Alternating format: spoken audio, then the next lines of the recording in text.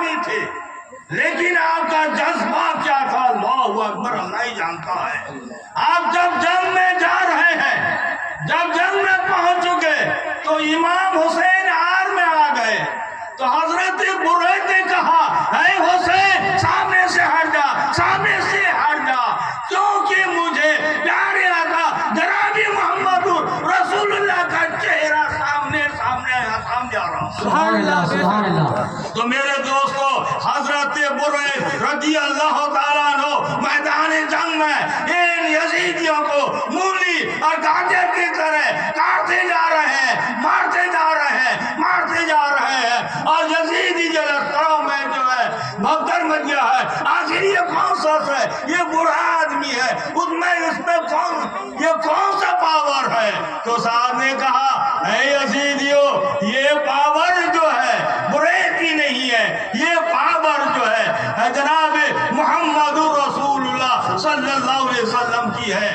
آخر آپ جنگ کرتے کرتے اور مارتے مارتے آپ بھی آخرکار شہید ہو جاتے ہیں۔ اللہم صلی علی سیدنا مولانا محمد الباری وسلم صلاۃ سلام علیکہ یا رسول اللہ۔ میرے دوستو بہت سے لوگ کہتے ہیں کہ حسین میدان کربلا میں مجبور تھے، اور چھوٹے چھوٹے بچے پیاس سے تڑپ رہے تھے، دم توڑ رہے تھے، کہ اگر حسین مختار نہیں تھے، اگر مختار ہوتا اپنے چھوٹے ننھے بچوں کو ان کی بلکنا کو دیکھ کر پانی پلاتے۔ لیکن میرے دوستو یہ مت سوچو کہ امام حسین کربلا کی میدان میں مجبور تھے۔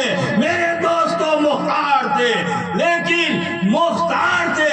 اگر آپ جو ہے امام حسین کو مت دیکھو، ان کا غلام خواجہ غلاموں سے ایک ادنا غلام خواجہ غری نواز ہے، خواجہ غری نواز آنا ساگر کے پانی کو ایک کٹوروں میں بلا لیا۔ تو میرے حسین اگر چاہتے تو آپ نے جو ہے بدتر نہر کو جاری کر دیتے۔ نعرہ تکبیر، لیکن یہ اللہ کا نعرہ رسالت، لیکن حسین، نعرہ تکبیر، نعرہ رسالت۔ اللہم صلی علی سیدنا مولانا محمد بار وسلم۔ میرے دوستو لیکن اپنی نانا جان کا وعدہ تھا، اے حسین آپ کو کربلا جانا ہے، کربلا جا کر آپ نے شہید ہو کر اپنے خون کو بہا کر اپنے بچوں کو خون کو بہا کر، کیونکہ دین اسلام کو بچانا ہے، سبحان اللہ، اللہ کی شریعت کو بچانا ہے۔ یہی وہ وجہ ہے آپ کربلا میں جا کر وہ شہید ہوتے ہیں۔ میرے دوستو ایک مرتبہ کا واقعہ ہے،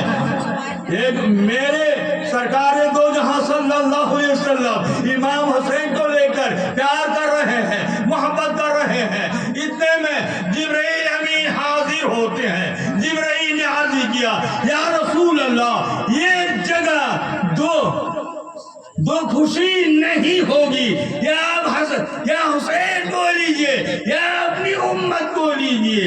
اگر حسین کو لیں گے تیری امت کی بخشش نہیں ہوگی، اگر امت کو لیں گے تو تیرے حسین میدان و کازار میں 3 دن کا بھوکا پیاسا مارا جائے گا، قتل کیا جائے گا۔ یہ میرے دوستو جبرائیل کی یہ بات کو سن کر میرے آقا صلی اللہ علیہ وسلم کے چہرے میں پسینہ آ گیا، آپ کا چہرہ پسپردار ہو گیا اور چہرہ آپ کا ملول بھر گیا۔ امام حسین کہتے ہیں کیا رسول اے نانا جان، اب اس سے پہلے مجھ سے ڈانٹ کرتے تھے، اب مجھ سے مسکراتے تھے، ابھی کیا ہو گیا؟ کون سے باہر ٹوٹ پڑا؟